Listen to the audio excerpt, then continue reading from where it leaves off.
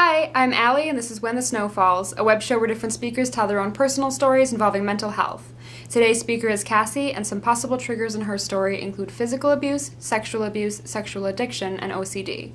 As always, though, we ask you to be mindful of any and all personal triggers that you may have while viewing this story or any other in the future. Once you're done listening, we encourage you to submit any questions you may have for Cassie through our blog at snowfallstogether.tumblr.com. Thank you so much for watching and listening to Cassie's story, and for helping to spread the message that it's okay to talk about struggles with mental health. Thanks again, and here's Cassie. So my name is Cassie, and my situation with mental health started when I was about 12 years old. Now, prior to this, I had what I would consider to be the perfect life. I have a great, supportive, upper middle class family. I am a great student, and it was all really just given to me on a silver platter up until this. I was 12 and I got my first ever boyfriend, and no good story starts out with a significant other. He was very controlling, abusive, both physically, emotionally, and ended up sexually abusive. And actually, within this situation, when he was being sexually abusive, my mom had come in and had caught us, and she had pulled me aside and had said, I will never be able, well, not never, but it'll take me a while to be able to trust you again. And that was incredibly affecting to me, to have someone that I'm so close with and I look up to so much to not be able to trust me over something that was completely out of my control, which she obviously at the time didn't realize. So this kind of spun me into a little bit of a state of rebellion, as 12, 13-year-olds will get in anyways. And at the age of 15, it's not too much of a surprise, I ended up dating another guy of a similar mantra, I guess. He was physically, emotionally abusive. I can actually remember one instance where we were in the halls of junior high as class was passing, and he would throw me up into the lockers, and I'd run after him saying, "Fuck you!" And there would be a teacher sitting there in the doorway, just watch the whole thing and just goes, "Watch your language." And so there was really nobody to step in and to help me in the situation. And, at this time he was cool and attractive, and I wanted to go against things, so it all kind of spiraled together. So he ended up sexually assaulting me, and in this situation I was so worried about a physical assault that I really wasn't able to fight back as much as I, looking back on it, wished I would have. And the sexual assault was what ended up taking my virginity. And this was an interesting thing because, this virginity is something so prominent in our culture, and it's something so sacred, and to have that, that's what I have always heard and been told and taught, and to have that stripped away in such a demeaning, unplanned way was very affecting, as one could imagine.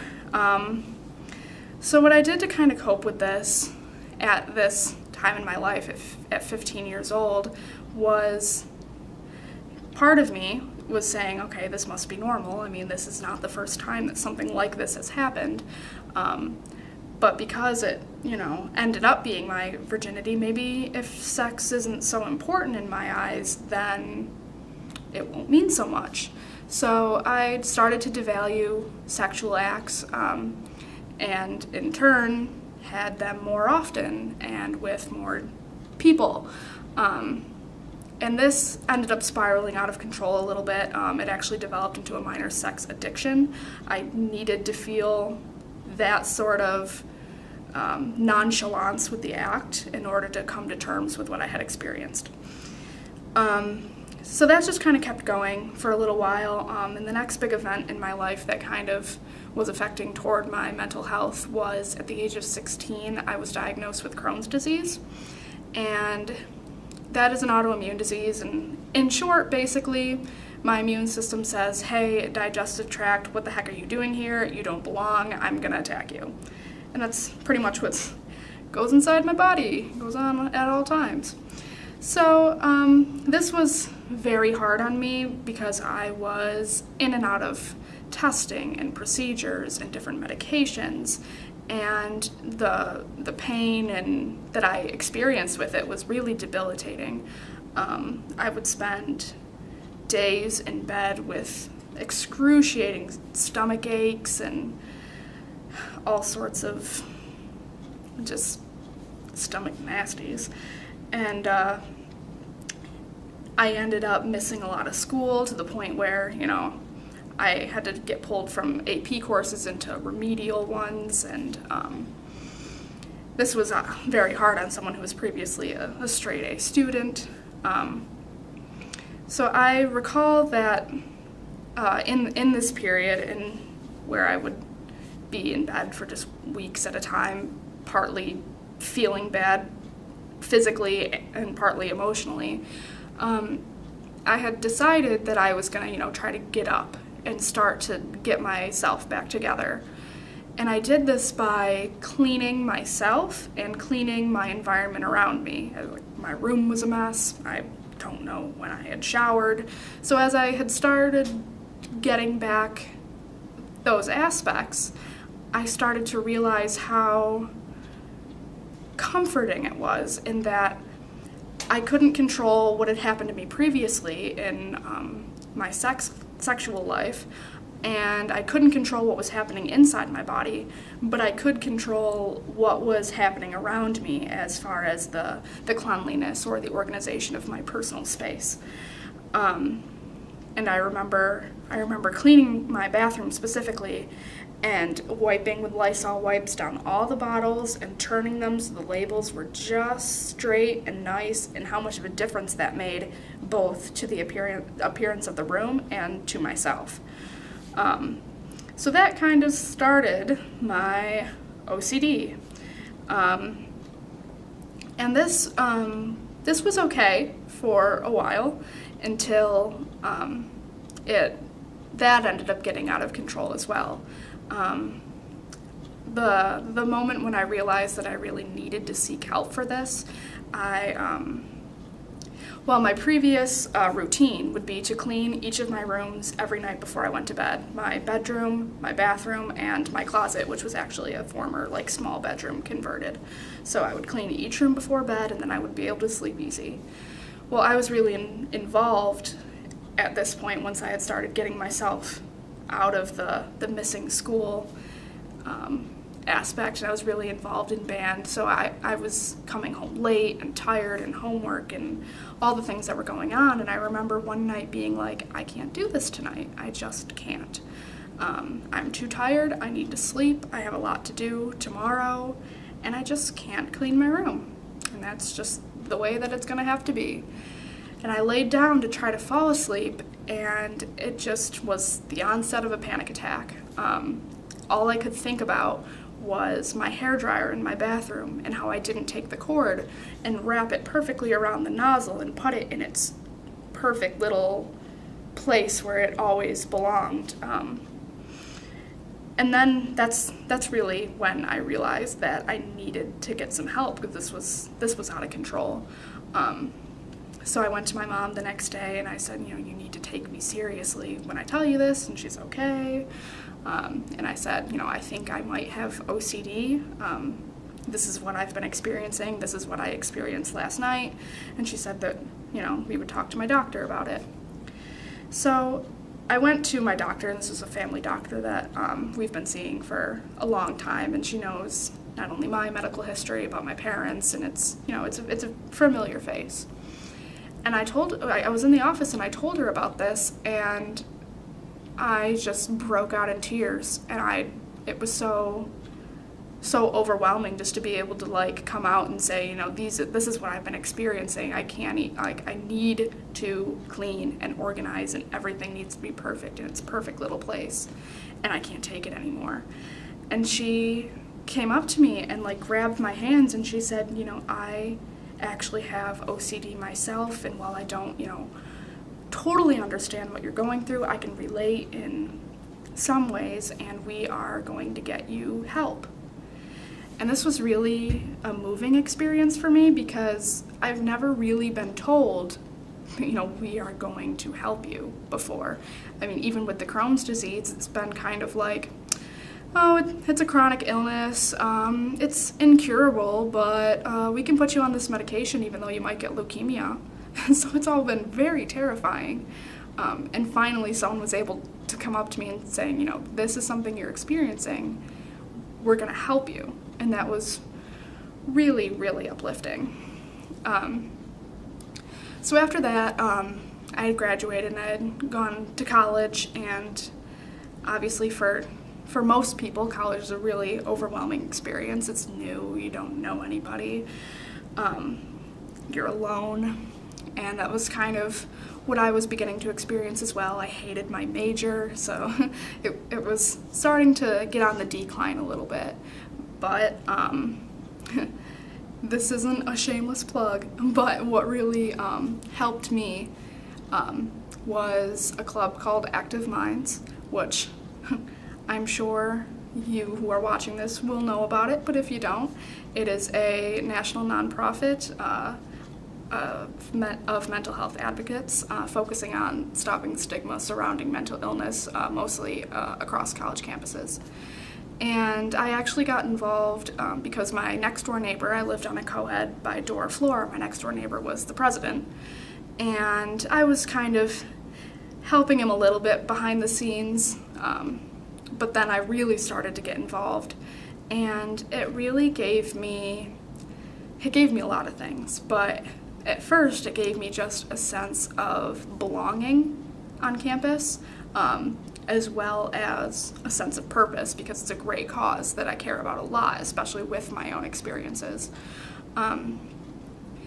But then, as I started to get more and more involved, it gave me confidence in that I could go and seek help that I'm now realizing that I really need. So then I was able to go and get on new medication that I'm currently on today, and I think it's working pretty good. I was able to seek counseling for the first time in my life at our counseling and psychological services on campus. And most importantly, to me at least, I've been able to write and talk about what's happened to me. I mean, I'm making this video. I changed my major that I hated to one that I love, which is writing. And I wrote for the first time in 7 years about my sexual experience and the whole big umbrella of which I'm talking about now. And I submitted the piece that I wrote to both The Mirror, which is the mental health literary arts magazine here on campus, which it got accepted and is going to be published, and I also submitted it to Imprint Magazine's writing contest, and it won the personal essay category, which was a really exciting experience for me. That's something, you know, not only was this my first piece of writing that is like getting really judged, but it was about something so personal and that I'm finally able to open up about, and that's something that I feel like I owe forever to Active Minds for giving me the confidence to be able to do that. And then the last thing that I think Active Minds really gave to me in regards to this is a new focused career path. I came to college looking to write about fashion, do fashion journalism, and write for magazines, and I was actually pretty far along on this career path. I had gone to Teen Vogue Fashion University and New York City Couture Fashion Week, and it was a whole thing. But I realized I was getting more fulfillment through my nonprofit work with Active Minds than I was ever in the, what I call now, the shallow, opinionated fashion industry. And so I realized that I want to use my talents and my passions for writing to help people and change the world. So whether that ends up being, PR for a nonprofit or lobbying or a nonprofit like Active Minds, I don't know. I don't know what it's going to end up being, but I know now that I need to make a difference with what I'm doing. So as far as more of where I am now with more specifically my story, I would say I'm not cured. I don't know if I ever will be. But I've come to terms with that, and I've come to terms with my experiences, my disease, and really who I am and who that's made me. I have a really great support system. I still have that A+ family, and now I have a great group of friends here at Ithaca College. I have a great boyfriend this time, who really supports me and cares about me, and I want to, make sure that I make a point to say that although it's difficult and there's times when you don't think you can do it anymore, it does get better, and while that's kind of what everyone tells you and you don't know if you can believe them, because you're not alone, and while your experience is unique and individual, there are piles and piles of people looking to help you and looking to help you get the most out of your life, which I know deep down that you want to. So I still have OCD, but I no longer have that sex addiction that I once had, and I still have Crohn's disease, but I'm kind of on the upswing of figuring that out, and I'm in a really, really positive place right now, and I think that anyone is able to get to a similar place as long as they are willing to receive help. Thank you.